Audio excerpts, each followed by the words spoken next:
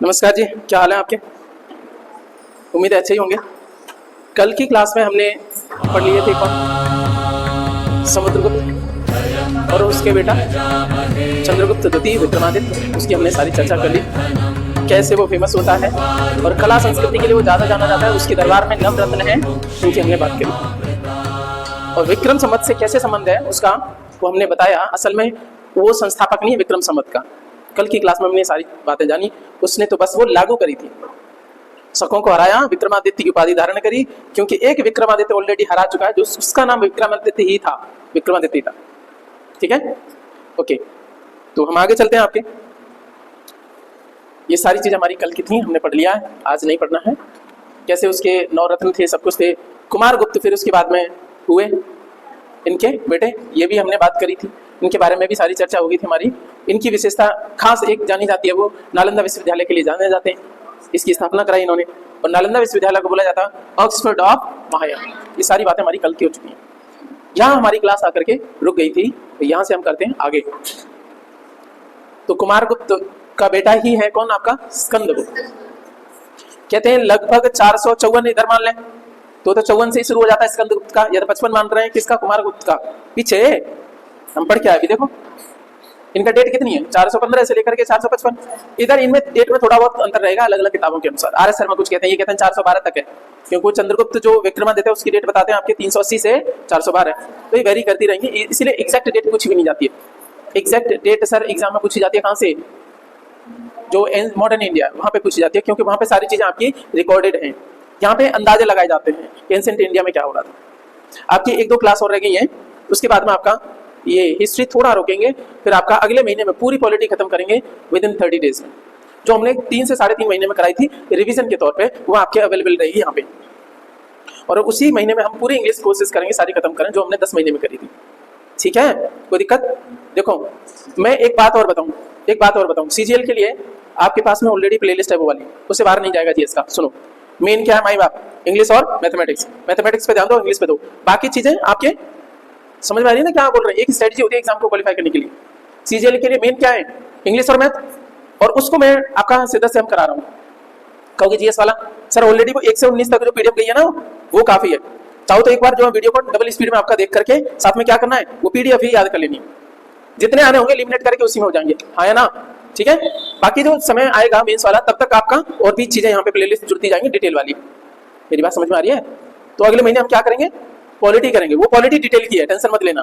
पूरी कंप्लीट वाली तो 3.5 महीने में करी थी, एक रिवीजन के तौर पे भी हो जाएगी। नोट्स आपके सामने रहेंगे, नोट्स समझ पाओगे इसलिए वीडियो डालेंगे उसकी, समझ पाएगी। तो जो हमने 3-3.5 महीने लगभग 4 महीने में करी थी पॉलिटी, उसको हम अगले महीने में करने वाले हैं। यदि ऐसा नहीं है तो फिर मैं अपना रोक दूंगा। रीजन यही है क्योंकि अगले का टाइम नहीं है मेरे पे, लिखने का टाइम नहीं है, बनाने का नहीं है। एंशिएंट हिस्ट्री अभी आपके साथ में हूँ, इसको एंशिएंट तक रोकूंगी। और ऐसा हमने कराया कि बहुत सारी जगह से उलझने सुलझा दी है। मेडिकल में तो बाकी किताबों में सब सही है, बाकी वहाँ उलझने नहीं है, इसी में उलझन थी, जो वाला पोर्शन मैंने करवा दिया। ठीक है, बाकी तो अब आपका क्या आएगा, रिजल्ट उठा लो, उसमें से आधा काम उसमें से हो जाएगा। डायरेक्शन मिल गया ना, कुछ का काम डायरेक्ट करने का होता है, हर जगह स्पून फीडिंग नहीं, उतना ही बहुत है, उतना ही कर लेना। ठीक है, एमसीक्यूज उसमें से लगा लेना। क्या सर समझ में आ रही है? ठीक है, और रही बात पॉलिटी, वहां से हो जाएगी। पॉलिटी तो कैसे भी कर लेना, इतनी अच्छे लेवल की करा दूंगा। यहाँ एंशिएंट हिस्ट्री आपकी होगी। बाकी कहोगे सर और तो आपका जो मैंने उसमें कराया था, किसमें जो पेट वगैरह के लिए करा रखे 17 वीडियो केवल, उसी में सारे आपके 19 लगभग आपके पीडीएफ दे रखे है ना, उसको कर जाना खत्म। छोटे टीचिंग की समझे, बस उतना ही होता है। मेन मुद्दा क्या सर आपके सीजीएल के लिए? मेन वाइव आप हैं आपके इंग्लिश और आपके जो 10 महीने में करा रहा था 1 महीने में कराऊंगा। ठीक है, कोई दिक्कत? चलो यहीं पे बात। तो कुमारगुप्त की हमने बात करी थी, ये हो गया। तो चर्चा क्या थी हमारी? ये स्कंदगुप्त का टाइम डिनोट कर रहे थे हम। क्या था? कुमारगुप्त के बाद में कौन आता है? स्कंदगुप्त, उसका बेटा है। 455 से लेकर के ये आपके 467 तक रहते हैं, शासन करते हैं। कितना हो गया? 55 से 55 बात करें तो लगभग 10, ये लगभग 10 और 12 आपके साल हो जाते हैं, है ना? 10-12 साल हो जाते हैं लगभग में लेके चलना, कोई गारंटी नहीं है, इनकी टाइम ऊपर नीचे होते रहते हैं। इसने उपाधि धारण करी थी कुमारादित्य की। किसकी? कुमारादित्य। अच्छा, इससे पहले कौन सा नाम है स्कंदगुप्त से पहले? कुमारगुप्त, उसी का बेटा है, तो ऐसे लिंक कर लेना, कुमारादित्य हो गया। अब फेमस किस लिए हुए स्कंदगुप्त? प्रथम हूण आक्रमण इसी के समय पे हुआ था। एक प्रश्न आएगा, कौन सा गुप्त शासक है जिसके टाइम पे हूण आक्रमण होता है? पहला वाला आंसर है आपका स्कंदगुप्त। आप एंशिएंट हिस्ट्री वाला पोर्शन उठा के देखना, वो अपने आप भी कर पाओगे। इतना जो हो गया ना, कुछ उसमें फैक्ट होंगे, ठीक है, लेकिन आपको फैक्ट समझ में आएंगे, लिंक हो पाएंगे। वो तो एक्स्ट्रा इन्फॉर्मेशन रहेगी, वो बेस बन गया पूरा। यहाँ पे समझ आ रही है ना? एमसीक्यू वाले में बात कर रहा हूँ मैं, उसमें सब हो जाते हैं, अच्छी बात है। तो ठीक है, अब यहाँ ये किसके लिए फेमस है भैया? पहला हूण आक्रमण, सीधा सीधा प्रश्न आता है इनके लिए, ये हाईलाइट है मेन वाला। हर एक राजा का एक वो चीज होती है ना, जैसे विक्रमादित्य के टाइम पे नवरत्नों प्लस आपके विक्रम संवत लागू करने से जोड़ा जाता है। कुमारगुप्त की बात करें तो नालंदा विश्वविद्यालय में एक हाईलाइट है, हर एक की एक बात करें तो ऐसे इनका हाईलाइट क्या है भाई? स्कंदगुप्त का हूण आक्रमण होता है। ये हूण कौन है, कैसे हैं, इनकी चर्चा करेंगे। अच्छा, हूण आक्रमण कर रहा है तो कौन, किसके नेतृत्व में हुआ? तो उसका नाम है खुशनवाज। हूण आपका लीडर है, आक्रमण करता है। इनके बारे में और चर्चा कर लेते हैं, हूण के बारे में चर्चा कर लेते हैं। स्टार लगा हुआ है हूण पे, इसको डिटेल करते हैं यहाँ पे, ठीक है। अब आप इतने दिन मेरे साथ रहे हो तो मेरी जो शैली है वो समझ में आ गई होगी सर। कई बार ऐसा होता है सारा टीचर हर कोई सही पढ़ाता है, हर एक की शैली होती है। आप नोट्स पढ़ना जान जाओगे, जरूरत नहीं आप मेरे साथ रहो ही जो भी है, लेकिन यहाँ ऑनलाइन भी जाओगे नोट्स रहेंगे तो आप पढ़ पाओगे। यहाँ पे डिटेल करते हैं। यहाँ पे क्या है, हूण का राज्य, हूणों का राज्य जो है ना आपका फारस से खेतान तक था। फारस जानते हो, पर्सिया, ईरान, वहां से लेकर के खेतान तक था। ये इस इलाके के हैं ये लोग। इसका मतलब क्या है, हूणों के बारे में थोड़ा डिटेल होगी यार, इस एरिया से आए थे। इससे क्या रहता है, आगे फिर आप भूलते नहीं हो। आप उस उम्र में हो, इसमें रटना नहीं होता, आप रट ही नहीं सकते, बच्चे रट सकते हैं, आपके अंदर क्षमता नहीं है, आप समझ सकते हो, आप बेहतरीन नॉलेज गेन कर सकते हो। बचपन में खूब सी रटी होंगी, आप रट के दिखा दो, आप रटा नहीं जाएगा, लेकिन आप समझ सकते हो। और वही आपका शैली मैंने अपनाई है, समझाने की कोशिश करिए, ठीक है। अब नहीं रटा जाएगा, गए जमाने तो इनकी राजधानी थी सर बामियान। कौन सी थी आपकी? और ये पड़ती है सर आपके अफगानिस्तान में। कहने का मतलब क्या है, ये फारस यानी आपके ईरान और अफगानिस्तान वाले इलाके में हूण है। एक इमेज बन पा रही है, फिर हम आगे बढ़ेंगे। तो ये वाला हो गया। प्रसिद्ध हूण जो नेता है वो कौन कौन है? एक तो तोरमार है, दूसरा मेहरकुल, दोनों नाम ध्यान रखना, ठीक है। एक है कौन आपका तोरमार, इनकी अभिलेखों में चर्चा देखने को मिल जाएगी, इसलिए ध्यान रखना। और दूसरा है आपका मेहरकुल।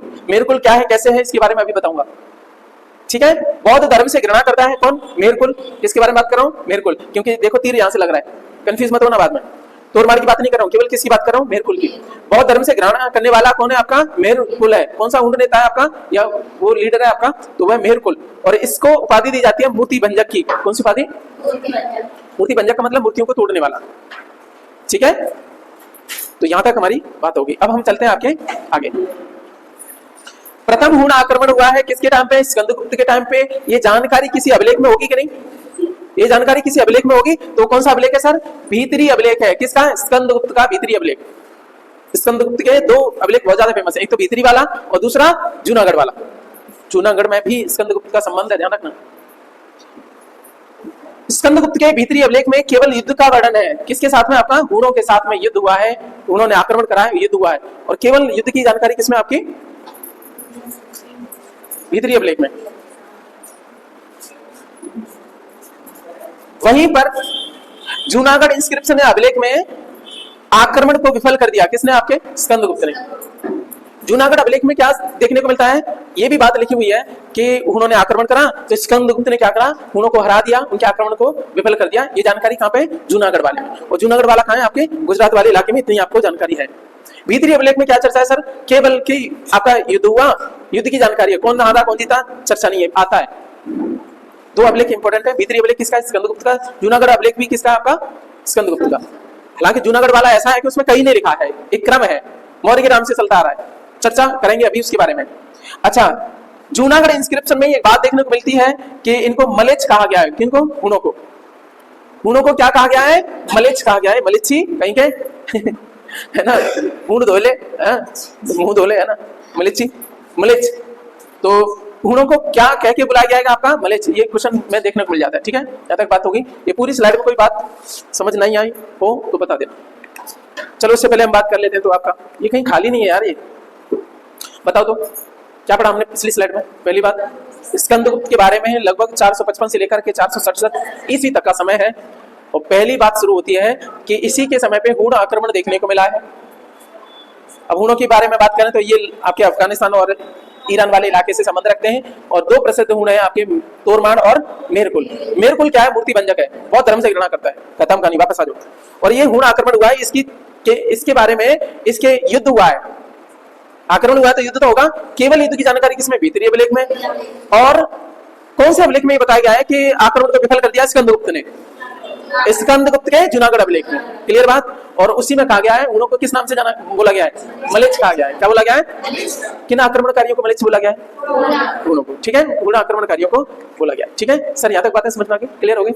हमने पहले इन्फॉर्मेशन ली, फिर उसके बाद में उसको सुलझाया। आगे चलते हैं। आपका जब जूनागढ़ अभिलेख की बात आएगी सुदर्शन झील की भी चर्चा आएगी, क्योंकि वहां सुदर्शन झील भी है। सुदर्शन झील के पुनरुद्धार का कार्य भी किया है भैया, इसको बहुत सारे लोगों ने फिर से उद्धार कराया, उसका फिर से मरम्मत कराई है, जीर्णोद्धार कराए, जीर्ण हो गई थी पुरानी, उसका उद्धार कराया, सब शब्द एक ही है।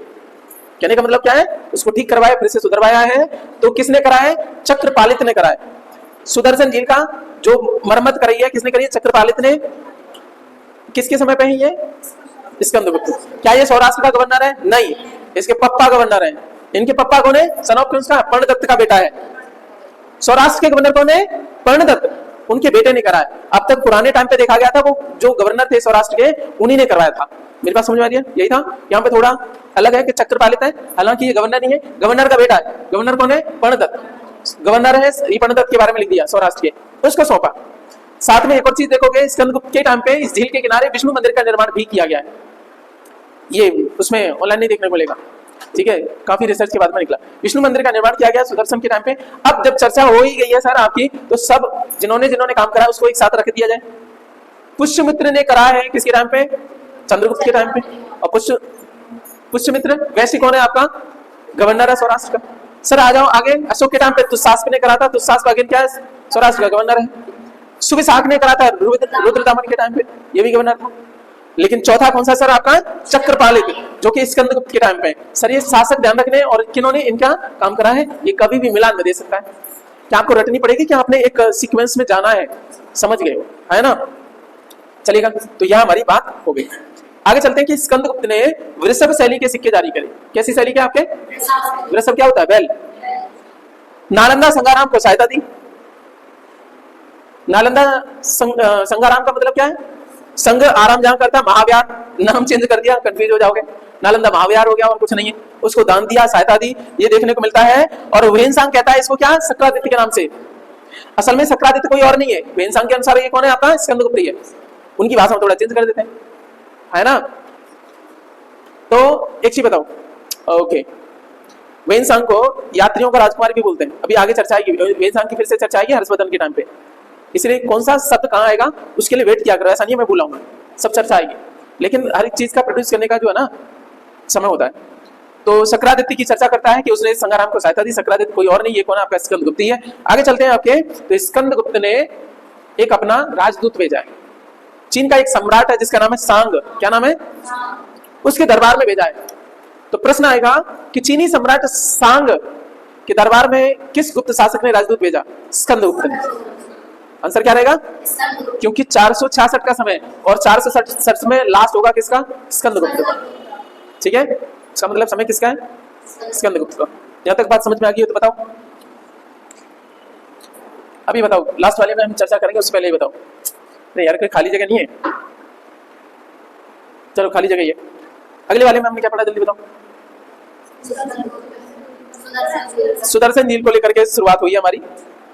उसको जो ना उसका जीर्णोद्धार फिर से करवाया है। किसने कराया? चक्रपालित ने। चक्रपालित कौन है? गवर्नर नहीं है, एक मंत्री है सिंपली। ठीक है, इसके पिता हैं, पिता कौन है?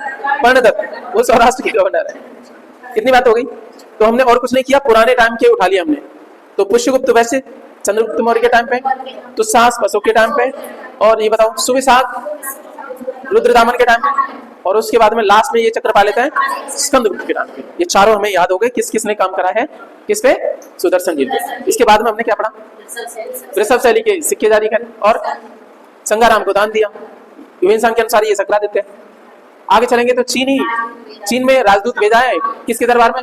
चीनी शासक सांग के दरबार में। 466 की लगभग बात है। सर पूरा हो गया टिप पे? कुछ अन्य शासक बात कर लेते हैं, अब खत्म करते हैं आपके गुप्त साम्राज्य। अन्य शासकों में एक पुरगुप्त देखने को मिलता है, किसके बाद में? लेकिन फेमस नहीं है। जो मेन वाले बात करेंगे, और भी चिटपिट हुए। जब लास्ट होता है तो अयोग्य शासक आ जाता है, योग्य होता तो शासन चलता रहता, योग्यता ज्यादा सिद्ध नहीं कर पाए।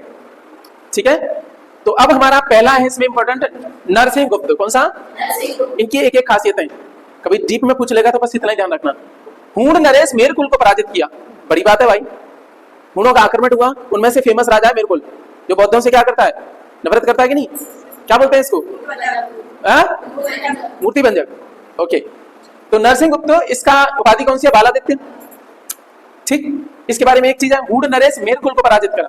वो कौन सा गुप्त शासक है जिसने हूण नरेश, हूण राजा किसको, मेरुकुल को पराजित करा? आंसर है आपका नरसिंह। मेरुकुल को हराया नरसिंह ने। अच्छा चलिए, बुद्धगुप्त एक और है आपकी, नालंदा महाविहार को धन दान में दिया, नाम से ही है आपका, नाम से लिंक कर लो। कौन सा गुप्त शासक? अच्छा ये तो कई नाम हो जाएंगे, ज्यादा है नहीं है, ये तो कई हो सकते हैं, बहुतों ने दान दिया, तो ये रहेगा, आ सकता है तो ठीक है, नहीं तो कोई बात नहीं। अंतिम शासकों में, ठीक है, तो ऐसा भी कर सकता है, स्कंदगुप्त के बाद के शासकों में किसने नालंदा महाविहार को दान दिया? देखो एग्जामिनर आपको स्पेसिफिक करना चाहेगा, तो क्या करेंगे, इस तरीके से लैंग्वेज बनाएगा, तो वो कौन है आपका? बुद्धगुप्त। आगे चलिए, भानुगुप्त, इसके बाद में कौन आया? भानुगुप्त के एरन अभिलेख से, भानुगुप्त का एरन अभिलेख देखने को मिलेगा 510 ईस्वी का। कब का? सती प्रथा का पहला अभिलेख की प्रमाण मिलता है, ये इंपॉर्टेंट है आपका। एरन अभिलेख कौन से गुप्त शासक का है? भानुगुप्त का। पहला आंसर ये हो गया, है ना सर? ये कमाल हो जाता है, ये छोटे छोटे ही प्रश्न है, आपकी परीक्षा पास और फेल करने में जिम्मेदार होते हैं। फिर हम कहते हैं क्या पढ़ें, कैसे पढ़ें, किसी को ये घूस दें वो दें, किसी की जरूरत नहीं होती, एक बार सिद्धार्थ से पढ़ लो। एरन अभिलेख है किसका? आपका भानुगुप्त का। इसी से आपका सती प्रथा का पहला अभिलेख की प्रमाण देखने को मिलता है, 510 का इनका अभिलेख है। अब हम हर बार क्या करते हैं, हर एक वंश का अंतिम शासक कौन है, पहला है कौन है, अंतिम कौन है? श्रीगुप्त से शुरुआत हुई, उसके बाद में विष्णुगुप्त से क्या हो गया? श्री कौन है? लक्ष्मी। और विष्णु कौन है? विष्णु कौन है?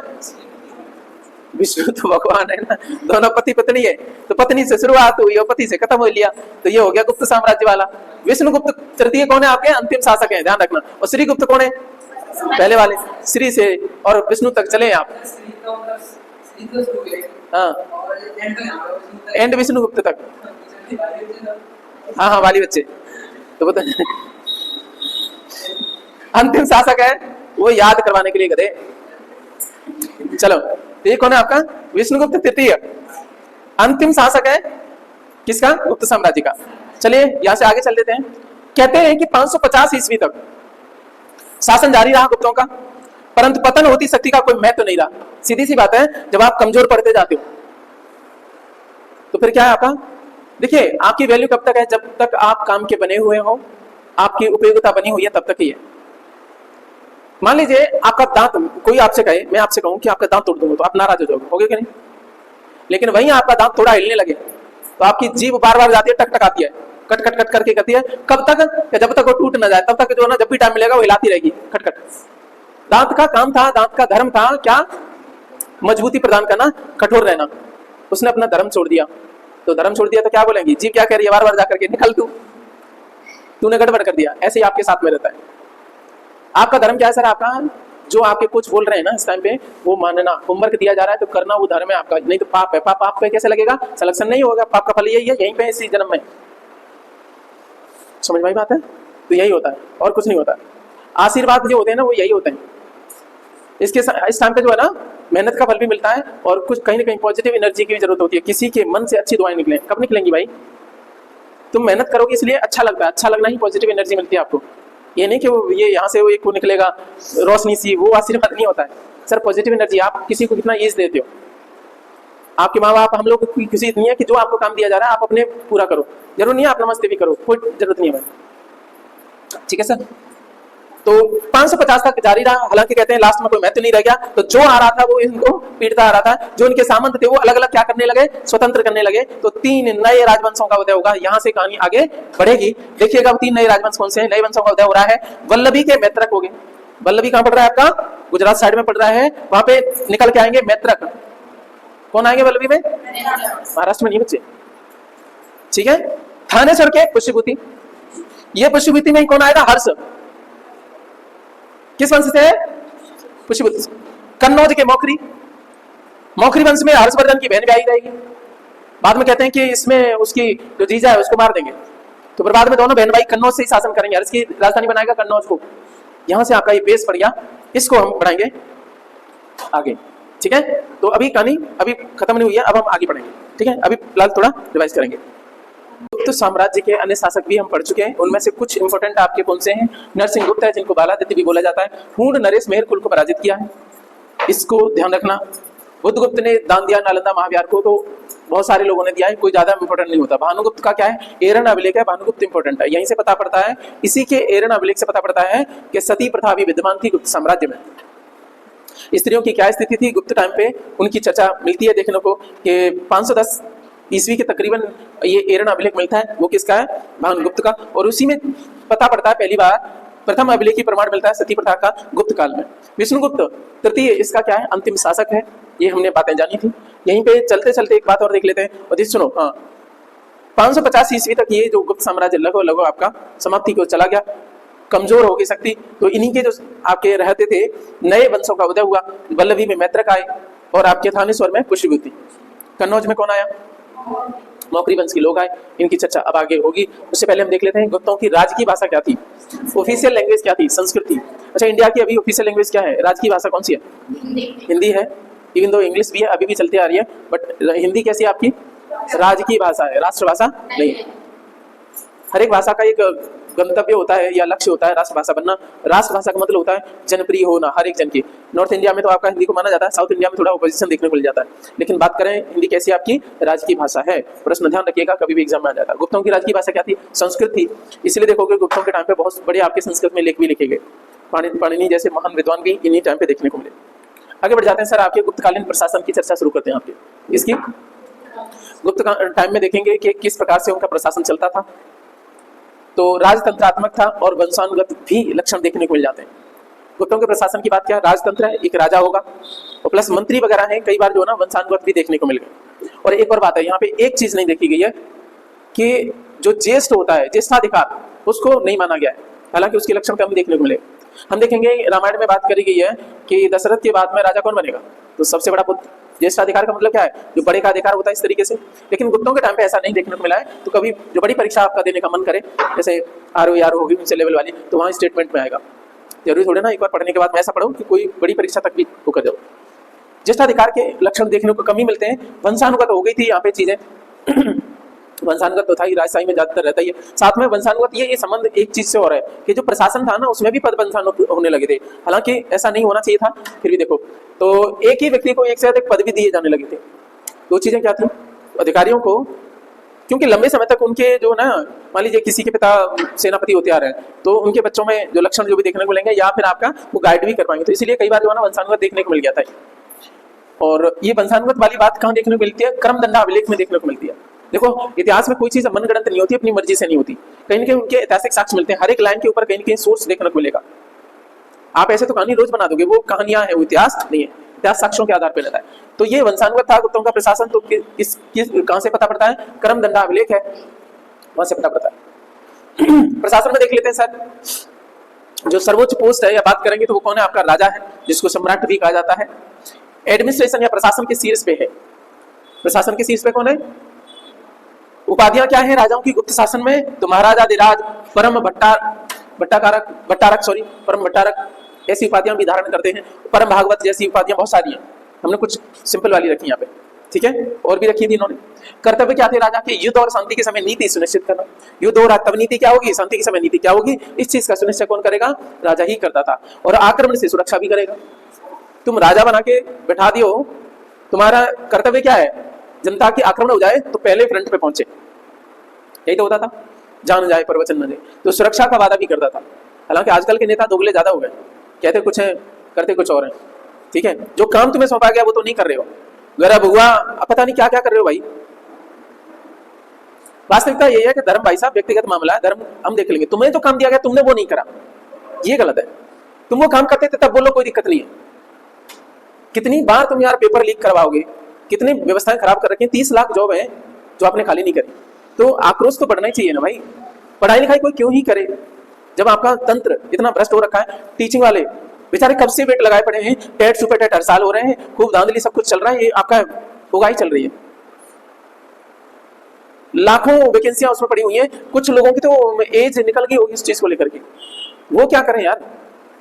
तुम्हें प्रशासन में बैठा है, तुम राजा नहीं हो। असल में घमंड पैदा हो गया तुम्हारे अंदर, तुम अंधे हो गए हो आत्ममुक्तता से, पता ही नहीं पड़ रहा है। वास्तविकता क्या है? We the people of India, हमने वोट दिया, मत दिया, अपना विचार दिया कि तुम ऐसा करोगे, हमें ऐसा लगा। पर तुम ना एक आवरण ओढ़ रखा है या लोगों को बेवकूफ समझते, ज्यादा दिन तक नहीं रहेंगे। वो गया जमाना, पहले चीजें चलती थी, हर कोई धीमे धीमे जागरूक है। उसे भी पता भाई तेरा काम ये नहीं था, वो तो हम देख लेंगे। जयकारे हम लगा लेंगे, ठीक है, जयकारे तक तो ठीक है, लेकिन तुम बता तूने अपना काम करा कि नहीं करा। जयकारे के पीछे चोरी नहीं चलेगी भाई।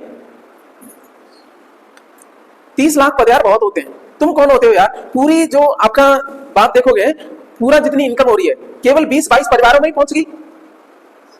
बाकी जनता क्या करे? जयकारों में ढक दी तुमने।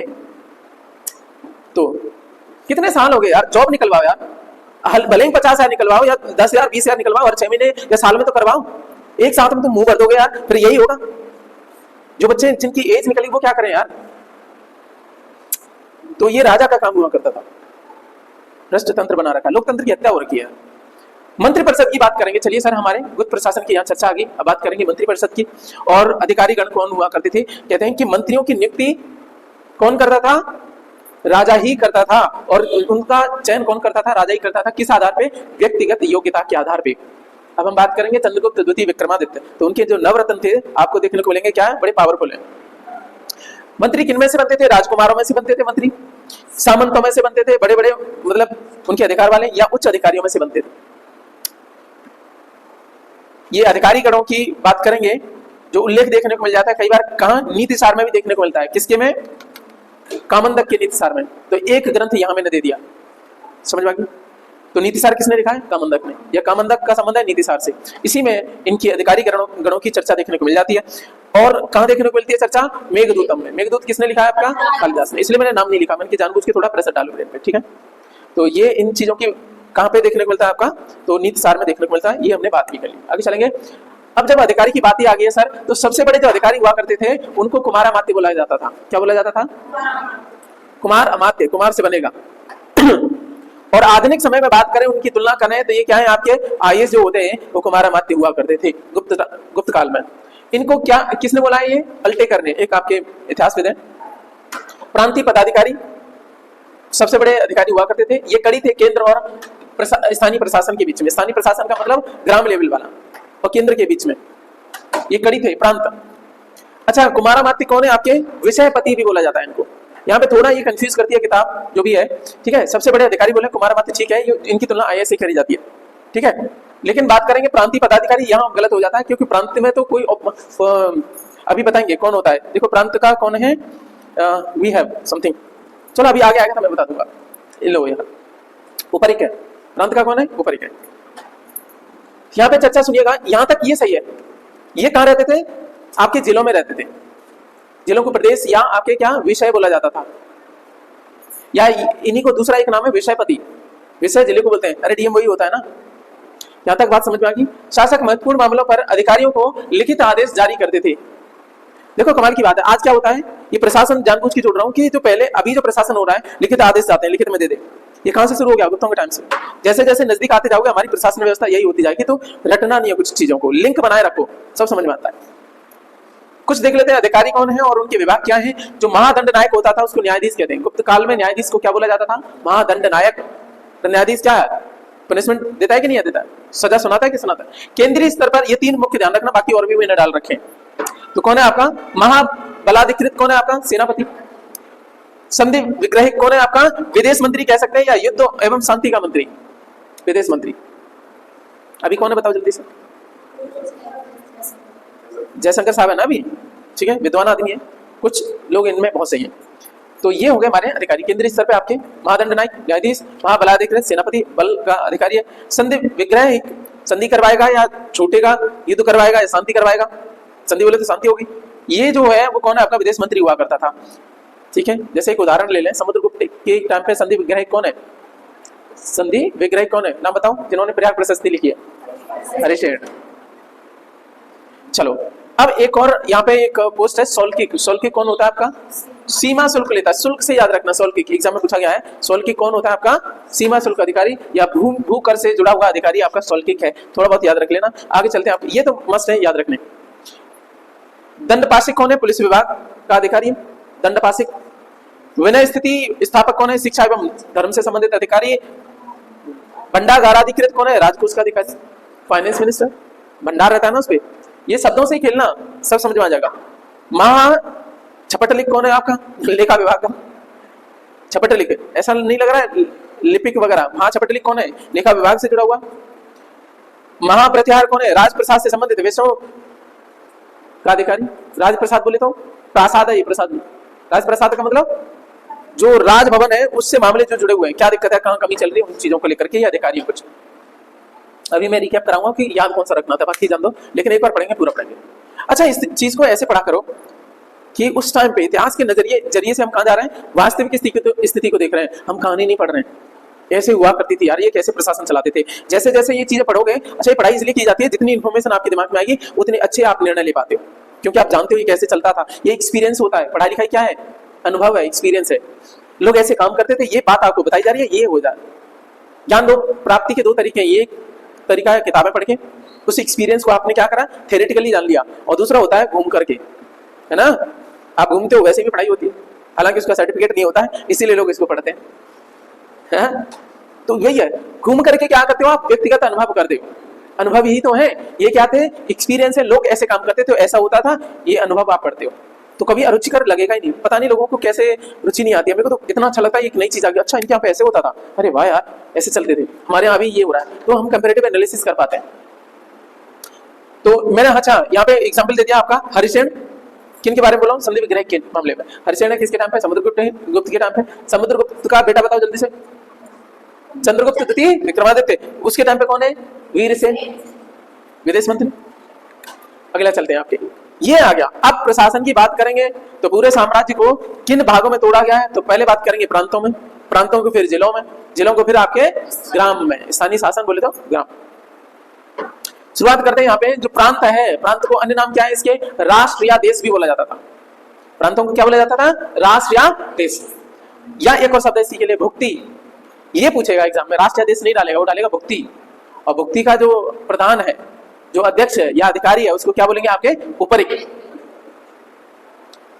बोलेगा, प्रधान, भुक्ति का प्रधान उपरिक, विषय का प्रधान विषयपति, या फिर आपका कुमारामत। कोई दिक्कत, चलो। तो एक बात हमारी ये समझ में आ गई। दूसरा चलते हैं आपका जिला। प्रांतों को फर्दर किस में डिवाइड किया गया, जिलों में, डिस्ट्रिक्ट्स में। जिला को उस टाइम पे आपका विषय कहते थे या प्रदेश कहते थे, सर नाम बदल गया और कुछ नहीं है, हमारे यहाँ भी जिला है। अब चीजों को ऐसे कोरिलेट करोगे तो आनंद आएगा। उनके टाइम पे विषय बोलते थे, प्रदेश बोलते थे, इसका जो प्रधान होता था, इसका जो मुख्य अधिकारी होता था, उसको क्या बोलते थे, विषयपति। विषय बोलते थे जिला, जिला का जिलापति, जिलाधीश होता है ना आपका। कुमारमत, इसीलिए तो इनको आईएएस बोला जाता है। आ जाते हैं, एक और है बीच में, जिला और ग्राम के बीच में, स्थानीय शासन के बीच में एक कड़ी और है, जिसको कहते हैं वीथी प्रशासन। वीथी प्रशासन बोलो। इसके प्रधान को आयुक्त बोलते हैं। क्या बोला जाता है, आयुक्त बोला जाता है। अब लास्ट में आ जाते हैं आपके कि जो गुप्त शासन में या गुप्त प्रशासन की सबसे छोटी इकाई ग्राम हुआ करती थी। पहला प्रश्न क्या रहेगा, गांव या ग्राम, ठीक। इसका जो प्रधान होता था या सर्वोच्च अधिकारी होता था, उसको ग्रामिक या ग्रामपति या फिर आपका महतर बोला जाता था। महतर, महतर। अब देखो ये मत बोलना कि जो साफ सफाई करते हैं उनको महतर बोलते थे, ठीक है। ये कौन होता था, प्रधान जी। गांव में जाओ प्रधान जी से बोलो, और महतर जी प्रणाम, सामने वाला और इधर आ, मैंने सुन नहीं पाया, केवल उस चक्कर में रह गया कि तूने प्रणाम करा, पहले क्या बोला। गुप्त शासन में इनको क्या बोलते हैं, बाद में हमने क्या करा कि ये नाम जोड़ दिया किसी से, उसकी थोड़ी स्पेलिंग अलग है, मेहतर बोला जाता है, ठीक है, मेहतरा, ठीक, मेहतर बोल नहीं देते हैं किसी को भी। सूखा ठर्रा आदमी उसको बोल देंगे भाई साहब, और पहलवान जी नमस्ते। उल्टा बहुत चलता है गांव में, तो समझ ही नहीं पाओगे, तुम सरप्राइज हो जाओगे, क्योंकि ये पहलवान कहां से लग रहा है। चलिए, तो उल्टी गंगा बहती है गांव में कभी कभी, तो जो गांव से संबंधित है वो जानते हो। सर यहाँ तक चीजें समझ में आ गई। आगे हम बात करेंगे कि नगर और ग्राम में रहने वाले विभिन्न जातियों और व्यवसायों के संघ को क्या कहते थे, पूग कहते थे। फिर से सुनो, व्यवसायी लोग हैं, व्यापार करते हैं, उनके संघ मिलेंगे कहाँ पे, कई बार तो वो रहते हैं कहाँ, गांव में या नगर में भी रह रहे हैं, उनका व्यवसायिक संघ है, उनको किस नाम से जाना गया, पूग। उनका नाम क्या था, पूग, व्यापारियों का संघ, ठीक है। वो नगरों में भी रह सकते हैं, गांव में भी रह सकते हैं, उसको क्या बोला गया, पूग। तो बातें समझ में आ रही है, बस इतना ही ध्यान रखना। चलो आगे चलते हैं, आपकी न्याय व्यवस्था के ऊपर चलते हैं। आपके यहाँ पे न्यायालय, 4 प्रकार के न्यायालय थे। सबसे ऊंचा जो न्यायालय था वो था राजा का न्यायालय। और राजा के विषय में बात ये कहती है कि सर्वोच्च न्यायाधीश था। देखो अभी हमारे पास 3 कड़ियां हैं। एक है विधायिका, जो विधायन का नियम करती है, जिसको हमारे यहाँ पे क्या बोला जाता है, संसद, पार्लियामेंट। दूसरी होती है कार्यपालिका, जो एडमिनिस्ट्रेशन को लेकर के काम करती है, उन्हीं बने हुए नियमों को लागू करती है। और तीसरी हमारे पास न्यायपालिका। कार्यपालिका को कई बार सरकार भी बोल देते हैं, ठीक है। और तीसरी होगी न्यायपालिका। पहले जो होता था यानी कार्यपालिका प्रशासन देखती है। और पहले की बात करें राजाओं के टाइम की, तो तीनों सत्ताएं किसमें होती थी? राजा में ही होती थी। देखो प्रशासनिक प्रमुख हमने अभी देखा, या न्यायिक प्रमुख कौन है? न्याय की शीर्ष पे भी कौन है? यही है। पहली बात क्या, कानून कैसे बनेगा? तो कानून का भी क्या है? खुद ही है। सर्वोच्च अधिकारी कौन बनेगा नहीं बनेगा? राजा जी डिसाइड करेंगे। तो विधायिका भी खुद ही था राजा, कार्यपालिका भी खुद ही था, और तीसरा न्यायपालिका भी खुद ही था, सर्वोच्च। अब आ जाओ, एक चीज पता पड़ेगी, यहाँ प्रश्न आएगा, गुप्त काल में सर्वोच्च न्यायाधिकारी कौन होता था, या न्यायाधीश कौन होता था? राजा में ही नियुक्त थी। किसकी? न्याय का सर्वोच्च अधिकार किसमें नियुक्त था? राजा में ही था। अब जब इसकी बातें आ रही है, न्याय करेगा कानून के आधार पे, धर्म और रीति के आधार पे पहले किए जाते थे। कैसे आपकी प्रथा चली आ रही है, प्रथा के अनुसार सही करते हैं। अच्छा, प्रथम विधि का निर्माता किसको कहा जाता है? बृहस्पति को कहा जाता है। उसके बाद में बृहस्पति ने ज्ञान दिया आपका मनु महाराज को। ठीक है, तो फिर कहानी आगे चलती है। कुल मिला के बात क्या सर आपकी? प्रथम विधि निर्माता कौन है? गुप्त काल में। ठीक, दूसरी श्रेणी आपकी न्यायालय की पूग। तो व्यापारी को जो संघ ग्राम और नगर में रहता है, वो क्या करता था? वो भी आपका न्याय की व्यवस्था करता था। संघ ने कह दिया सही नहीं कर रहे, गलत नहीं कर रहे, वो भी करते थे। तीसरी आपकी श्रेणी, और चौथी आपकी कुल। ये 4 प्रकार के न्यायालय गुप्त काल में देखे जाते थे। यहां तक बात होगी। ओके, तो यहाँ पे न्यायिक व्यवस्था की बात करेंगे तो पहली बार गुप्त काल में क्या देखने को मिलेगा? दीवानी और फौजदारी मामले परिभाषित किए गए। कौन सा मामला दीवानी का है, कौन सा मामला फौजदारी का है? भूमि इत्यादि से संबंधित विवाद वाला है, या फिर आपके लड़ाई दंगे या टेरर वाला है, वो कौन सा हो गया? फौजदारी वाला। किसी को मार मोड़ दिया, काट कूट दिया, तो फौजदारी हो गया। दीवानी मामले वैसे जुड़े हुए, मारा काटी नहीं करी, लेकिन जमीन वगैरह की मारा काटी कर दी, किसी का माल हड़प लिया, वो कर दिया। ये अलग अलग प्रकार के मामले स्पष्ट करेंगे किसमें? गुप्त काल में। क्या मैं बातें समझा पा रहा हूँ? ओके, सो ये बात भी होगी। अब चलते हैं, आपके कुछ कहानी देख लेते हैं। अच्छा, ऐसा क्यों हुआ कि ये दीवानी फौजदारी मसले आपके देखने को मिले? तो वो ये है कि भूदान की प्रक्रिया में तेजी से आई।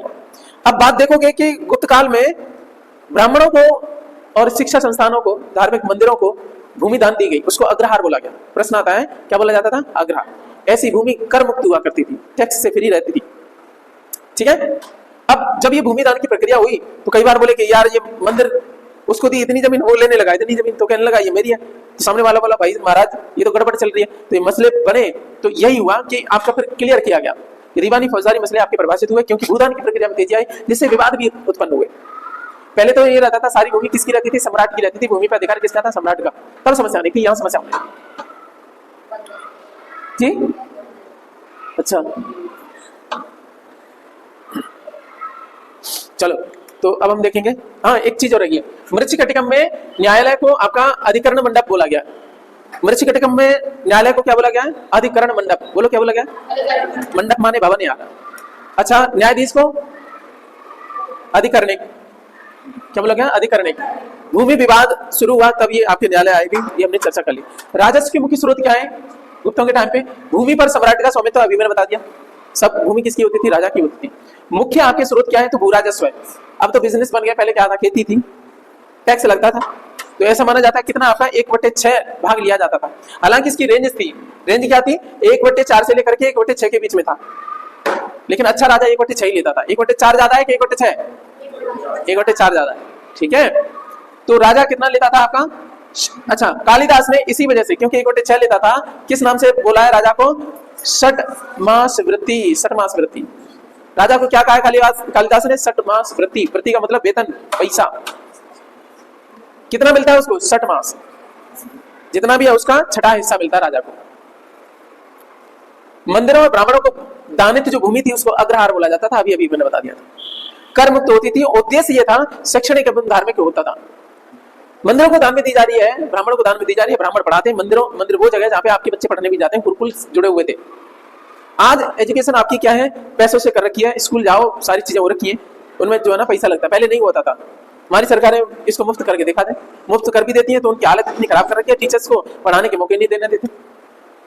टीचर्स भी, उनकी भी कमी है, दोनों ही तरफ से कमी है। आजकल इस पेशे को सबसे पीछे रखा गया, जबकि बात करेंगे सबसे टॉप लेवल पे हुआ करता था। अच्छा, सबसे सम्मानित पेशा कौन सा है आपका? यही है ना, सबसे नोबल प्रोफेशन बोला जाता है। आप इंजीनियर बड़े से बड़े बन गए, क्या तुम्हारे को पैर छुएगा? है ना, डॉक्टर के एक बार हो सकता है, लेकिन ये प्रोफेशन ऐसा है, इसमें सम्मान दिया जाता है। लेकिन आज के समय टीचर बनना कौन चाहता है? कोई नहीं चाहता है। बस ये कुछ नहीं कर पाए तो क्या बीआरडी कर लो, टीचर ही बन जाएंगे, इसको हाशिए पे रख दिया। हालांकि आने वाले समय में ये टिपिकल होता जा रहा है, जिसमें दम होगा वही आपका बन भी पाएगा। अभी तो ऐसा है कि बहुत सारी भीड़ आ गई, ये भीड़ छट जाएगी अपने आप ही, क्योंकि इसमें थोड़ी चीजें टिपिकल हो जाएगी। शैक्षणिक एवं धार्मिक ये उद्देश्य हुआ करते थे, हमारी बात होगी। अब जब हम राजस्व की बात कर रहे हैं, टैक्स की बात कर रहे हैं, तो करों के बारे में बात करेंगे। कुछ प्रकार के 1/6 जो टैक्स हुआ करता था उसको भाग के नाम से जानते हैं। भाग कितना होता था सर आपका? 1/6, इसकी रेंज ये भी आपकी। अब दूसरा एक टैक्स है जिसको कहते हैं भोग। भोग क्या है? दिन प्रतिदिन की जो वस्तुएं हैं उन पे लगने वाला कर, यानी ये क्या है आपका एक तरीके से कर है। और ये कैसे दिया जाता था? उसी तरीके से जैसे आपके साग सब्जी आप उगा रहे हो तो आपको क्या है भोग के रूप में किसको देना पड़ेगा? राजा को भोग देने जा रहे हैं, वैसे देवता को भोग देवे। तो ये क्या था? दिन प्रतिदिन की छाछ वगैरह चल रही है जो भी है, बोल दिया कि भाई ये इतने दिन तुम्हारे यहाँ से आएगा, इतने दिन तुम्हारे यहाँ से आएगा, राजप्रसाद में जाना चाहिए, राजभवन में जाना चाहिए। तो ये हो गया भोग। अच्छा, एक वो है कि मनुस्मृति में भोग बोला गया है। किस नाम से बोला गया है? भोग। ये कर है, भोग नामक कर की चर्चा कहानी ने बोली है मनुस्मृति में। लेकिन वही हर चरित्र में इसी भोग को दूसरे नाम से जाना गया भेंट। भेंट में देवोगे नहीं कुछ, ठीक है। इस तरीके से आपका दैनिक वस्तुओं पर लगने वाले कर को भोग कहा जाता था। किस काल में? गुप्त काल में। वहीं पे उद्रंग की बात करेंगे, जो स्थायी कर सके हैं, परमानेंट जो खेती कर रहे हैं उन पे जो टैक्स लगता है वो है उद्रंग। बोलो फिर से। जो अस्थायी वाले उनको उन पे लगता है उपरी कर। कौन सा लगता है? उपरी कर। ये थोड़ा बहुत ध्यान रखना, याद रह जाए तो। अब शुल्क, एक टैक्स है शुल्क, और शुल्क को वसूलने वाला कौन है? शौल्किक, ठीक है, हम पहले कर चुके हैं। एक है आपका भूतावाद प्रत्यय। भूतावास नहीं है, भूतावाद प्रत्यय। ये विदेशी वस्तुओं का जब आप आयात करते हो तब लगता था। इंपोर्टेड जो गुड्स हैं उन पे टैक्स लगाया जाता था उस टाइम पे, तो उसको कहते हैं भूतावाद प्रत्यय। तो ये आपके कुछ आपके प्रकार के 5 प्रकार के टैक्स देखने को मिल गए आपके।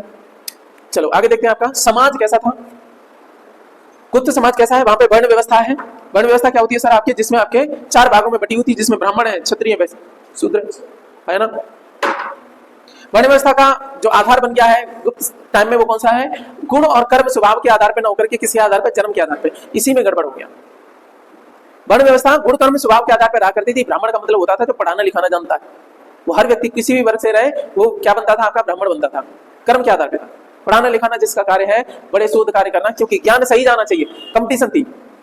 बाद में एक चीज बताओ, जब कंपटीशन खत्म कर दी, जन्म के आधार पर कर दिया, कोई ऑफेंड मत करना। पंडित का मतलब होता था जो प्रकांडता से संबंध रखता है। जो विद्वान होता था डिग्री हुआ करती थी। पंडित कोई और था आपकी द्विवेदी, त्रिवेदी, चतुर्वेदी, वेदों के ज्ञान के आधार पर रहता था कौन कितना जानता है। मान लीजिए बहुत सारे ब्राह्मण अच्छे भी हैं आजकल, ठीक है, हेरिडिटी में भी अच्छा जाता है। मेरा मुद्दा ये मैं कहना चाह रहा हूँ, कुछ ब्राह्मण ऐसे भी है, ब्राह्मण कुल में पैदा हो गए, ठीक है, लेकिन जानते कुछ भी नहीं है, फिर भी तुम कह रहे पंडित जी पाए लगे। अब जाके पाए लग ही रहे हैं तो वो पढ़ेगा? नहीं लगे, पढ़ेगा? सम्मान पहले मिल रहा है जो बाद में मिलना चाहिए। इसलिए कहते हैं कोई आपके पड़ोस में तैयारी कर रहा है, डीएम साहब बोलने लगे, अरे भाई उसको पढ़ तो जानते हैं, डॉक्टरी की तैयारी कर रहे हैं, डॉक्टर साहब पहले से बोलने लगे, तो उसको भी नहीं आनंद आएगा, तुम गड़बड़ और कर दोगे। ठीक है सर, तो ये हो गया हमारा। कोई प्रधानी का चुनाव भी लड़ ले तभी तुम्हारे गांव में प्रधानी कहने लगते हैं उनसे, देखा है? अच्छा, ब्राह्मण कौन है सर? यहाँ पे इस टाइम पे सर्वोच्च स्थान रखता है। गुप्त काल में सर्वोच्च स्थान किसका? ब्राह्मण का। obvious सी बात है। क्षत्रिय कौन है? क्षेत्र रक्षा करता है, सैनिक सेवा देता है, क्षत्रिय। वैश्य कौन है? कृषि और व्यवसाय करते हैं। शूद्र कौन है? जो सेवा करते हैं। अब सर प्रश्न आएगा कि गुप्त काल में वैश्यों की सामाजिक दशा में गिरावट आई। हालांकि गुप्त कौन थे? बताओ जल्दी से बताओ। वैश्य थे, फिर भी उनकी सामाजिक दशा में गिरावट आई। क्यों? रीजन था वाणिज्य एवं व्यवसाय का पतन हो गया इनके टाइम पे। वाणिज्य व्यवसाय का पतन हुआ तो इनकी सामाजिक, वैश्यों की सामाजिक दशा में गिरावट आई। सर उनका काम ही यही था, तुम व्यापार होएगा नहीं तो क्या होगा? आपकी सामाजिक दशा में गिरावट आई। किंतु शूद्रों की दशा में सुधार हुआ। सर शूद्रों को सैनिक वृत्ति भी करने लगे कुछ शूद्र, सेवा छोड़ के कुछ लोग लड़ने भी जाने लगे। साथ में शूद्रों को पहले पढ़ने का अधिकार नहीं था, अब शूद्र जो है ना गुप्त काल में पढ़ने भी लग गए, यानी रामायण महाभारत पढ़ने का अधिकार मिल गया। तो ये प्रश्न रहता है कई बार, किस काल में वैश्यों की दशा में तो गिरावट आई लेकिन शूद्रों की दशा में सुधार हुआ? आंसर क्या है? गुप्त काल। यहां तक समझ में आ गया। और ये चर्चा किसने करी है सर? आपकी वेनसांग ने करी है कि ये जो है आपके खेतीहर कृषक बन गए। वेनसांग कहता है कि गुप्त काल में शूद्र क्या बन गए? शूद्र है आपके खेतीहर कृषक, जो खेती करते हैं वो शूद्र है। ठीक है, पढ़ने का अधिकार मिल गया, रामायण महाभारत इतनी हमने चर्चा कर ली। यहीं पे वेनसांग की बात होगी तो आगे बात करते हैं फायन की। फायन ने भी कुछ कहा है। फायन पहले आया है। फायन कहता है कि अस्पृश्य वर्ग था गुप्त काल में। बताओ फायन किसके टाइम पे आया? चंद्रगुप्त द्वितीय विक्रमादित्य के टाइम पे आया है। और वो कहता है, उसके अकाउंट से जानकारी होती है, क्या गुप्त शासन में गुप्तों के समय पे अस्पृश्यता थी? उन्होंने बोला बिल्कुल थी। एक वर्ग ऐसा था जो अस्पृश्य था, अस्पृश्य वर्ग है। उसको क्या बोला जाता है? अंत्यज। हिंदी में रहता है जो निम्न कुल में पैदा हुआ हो, निम्न जाति में पैदा हुआ, अंत्यज बोला जाता है, या इसको चंडाल बोलते हैं। क्या बोलते हैं? ये वर्ग अस्पृश्य था क्योंकि इसके काम ऐसे थे अस्पृश्यता वाले। कैसे थे? मछली मारने का काम इनका था, शिकार करने का काम इनका था, और तीसरा है मांस बेचने का काम चंडालों का था। चंडाल खाने पीने में लहसुन प्याज इत्यादि का सारे का प्रयोग किया करते थे। ये सारी चीजें चंडालों पे नियम लागू नहीं होते थे। चारों वर्णों में सबसे निम्न स्थान रखते थे चंडाल या अंत्यज। किसके अनुसार? पायन के अनुसार। क्या गुप्त काल में अस्पृश्यता थी? कौन कहता है? पायन। उसके बाद में कौन आ गया? वेनसांग। वेनसांग बाद में आता है, FHI। पहले हम चर्चा करेंगे पढ़ने के क्रम में पायन की, फिर करेंगे आपकी वेनसांग की। सर आगे चलते हैं, हम देखेंगे भूमि अनुदान की प्रथा के कारण एक नया वर्ग और उभर के आता है जिसको कहते हैं कायस्थ। कायस्थ वर्ग किस नाम पे उभर के आया है? गुप्तों के नाम पे कायस्थ एक जाति देखने को मिलती है, तो उभर के आया है भूमि अनुदान की प्रक्रिया की वजह से। सर्वप्रथम इनका उल्लेख यानी कायस्थों का उल्लेख कहां देखने को मिलता है आपके? ठीक है, याज्ञवल्क्य स्मृति में। किसमें आपके? फिर से सुनो, किसमें? याज्ञवल्क्य स्मृति, इसमें देखने को मिलता है। लेकिन एक जाति के रूप में कोशनम स्मृति में। देखो दो बातें होगी। अच्छा, याज्ञवल्क्य स्मृति में एक बात और देख लो, क्या है? महिलाओं को संपत्ति का अधिकार भी दिया गया था। ये किसमें चर्चा है? याज्ञवल्क्य स्मृति में। याज्ञवल्क्य वही है जिनको हराया था गार्गी ने, है ना? हराया है और उन्होंने स्वीकार भी किया है कि हाँ मैं हार गया। पहले ऐसे विद्वान रहते थे, आज कोई हार जाए तो भाई साहब खिसिया करेंगे, तो वो होते थे। विद्वान आदमी कभी खिसाता नहीं, ठीक है, और जो खिसिया रहा है तो वो विद्वान है नहीं, ठीक है। चलो, तो ये है आपका सेगमेंट जिसमें हमने थोड़ी चर्चा करी। अब देखो हमारा मुद्दा यह है कि आपको याद कितना रखना है एग्जाम के हिसाब से, या अपनी किताबों में कितना लिखोगे। अन्य शासकों में चाहो तो नरसिंह को लिख सकते हो कि उसने मेरकुल कराया है, और भानुगुप्त वाला ध्यान रखना। और तीसरा ये तो लिखना ही लिखना है, क्यों पूछा जाता है, भानुगुप्त वाला रखना। नए वंश, ये जगह इंपॉर्टेंट है इसलिए पूरी लाइन लिख देना। नए वंश का होता है जरूरी नहीं है, बस इतना ध्यान रखना, ठीक है। ये लाइन 2 लाइन 3 लाइन होगी। राजभाषा ये इंपॉर्टेंट है आपका। प्रशासन की बात करेंगे तो आपका मन करे तो ठीक है, नहीं तो बहुत ज्यादा नहीं है। इसमें सम्राट होता था, तुम छोड़ दो जीएस के हिसाब से, कोई दिक्कत नहीं है यहाँ पे। ये काम की चीज है आपकी, ये केवल किताब काम की। नीति सार किसकी है? कामंदक की। और ज्येष्ठाधिकार हटाओ, कोई आपके में एग्जाम में नहीं आएगा। खुश। चलो, सबसे बड़े अधिकारी उसके उनके टाइम पे कौन होते थे आपके? कुमारामाती कहा जाता था, जो आधुनिक आयुष के हिसाब से थे। इंपॉर्टेंट है आपको ये रखना है। ये छोड़ देना कोई बात नहीं है, बाकी चीजें छोड़ देना, केवल इतना रखना, ठीक है। Okay okay okay okay okay. लिखित आदेश जारी करते थे, आपके में काम का नहीं है। ये इंपॉर्टेंट है, 3 वाले मैंने जो छोड़ दिए, ठीक है। कि महादंड नायक को न्यायाधीश बोलते हैं, महाबलाधिकृत को सेनापति, संधि विग्रह को आपका युद्ध शांति का वो या विदेश मंत्री, ठीक है, क्योंकि हरिश्चंद्र के लिए इंपॉर्टेंट है आपका। ये थोड़ी चीजें देख लेना। सौल्किक को सीमा शुल्क का अधिकारी है, और एक देख लेना दंडपाशिक जो पुलिस विभाग का है। जो बच जाए फिर क्या है सर, ऑप्शन में तो इन्हीं में से डालेगा, फिर छोड़ देना। केवल ये 4 ये करने हैं, एक ये कर लेना, ठीक है।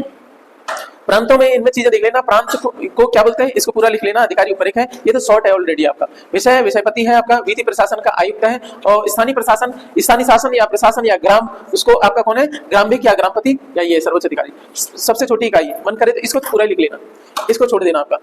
पूग क्या है आपका? विभिन्न जातियों और व्यवसायों की संघ है, ग्राम नगर वाला, लिख लेना चाहो तो।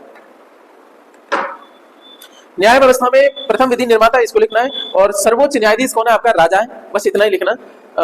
हाँ, ये वाली लाइन इंपॉर्टेंट है आपकी। जैसे आप ऐसा ही वगैरह दोगे तो यहाँ से चीजें आपकी इंपॉर्टेंट हो सकती है। पहली बार स्पष्ट तौर पर दीवानी फौजदारी मामले परिभाषित किए गए किस टाइम पे? गुप्त काल में। बाकी ये लिखने की जरूरत नहीं है, ठीक है, बस उस तरीके से लिखना, ये छोड़ देना। राजस्व के इसलिए बोल रहा हूँ, आपका नोट्स भी रहेगी तो वीडियो के साथ में रखना, उतनी काम की चीज रखना, नहीं तो फालतू में हो जाएगी, वो जो बन जाएगा। लास्ट में काम की चीजें नहीं पढ़ पाओगे, फायदा क्या? राजस्व के मुख्य स्रोत में भू राजस्व जो कितना है आपके गुप्तकाल में 1/6। षटमासिक वृत्ति किसको बोला जाता है? राजा को। किसने बोला? कालिदास ने। ये काम का, हाँ ये इंपॉर्टेंट है, ये लाइन एक लाइन लिखना। मंदिरों ब्राह्मण को दानित भूमि जो है, दान में दी गई भूमि को अग्रहार बोलते हैं, ये छोड़ देना।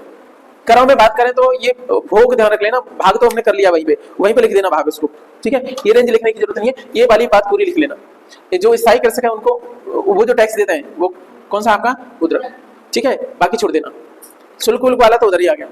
समाज की बात करेंगे तो वर्ण व्यवस्था जो है किसके आधार पे? जन्म के आधार पे है। ये थोड़ी थोड़ी चीजें लिख लेना जो काम आएंगी, ये बात लिख लेना पूरी वाली। फायन वाली बात ये ध्यान रखना। चारों वर्गों में सबसे निम्न कौन है आपका? चंडाल है, और कायस्थ नया वर्ग ऊपर है, और ये इनकी पहली चर्चा देखने को लिए याज्ञवल्क्य स्मृति में। लेकिन जाति के रूप में, जाति कायस्थ है, कायस्थ एक जाति है, वो किसने करी है? उष्णम उसने। और महिलाओं को संपत्ति का अधिकार दिया गया है किस स्मृति के अनुसार? ये वेरी वेरी इंपॉर्टेंट है, इसको ध्यान रखना, IMP लगा देना इस पे। गुप्त काल के किस ग्रंथ में महिलाओं को संपत्ति का अधिकार दिया जाने की चर्चा की गई है? वो है आपका याज्ञवल्क्य स्मृति। या किस स्मृति में महिलाओं को संपत्ति का अधिकार दिया गया है? याज्ञवल्क्य स्मृति। किसी भी तरीके से। मैंने बोला महिलाएं, बच्चे और वृद्धों से रिलेटेड, SC/ST से रिलेटेड चीजें होती है, वो इंपॉर्टेंट होती है एग्जाम के लिहाज से, ठीक है। तो कुछ रहिए, ख्याल रखिए, इसको रिवाइज करते रहेगा, पढ़िएगा, नोट्स मिल जाएगा आपके चैनल पे।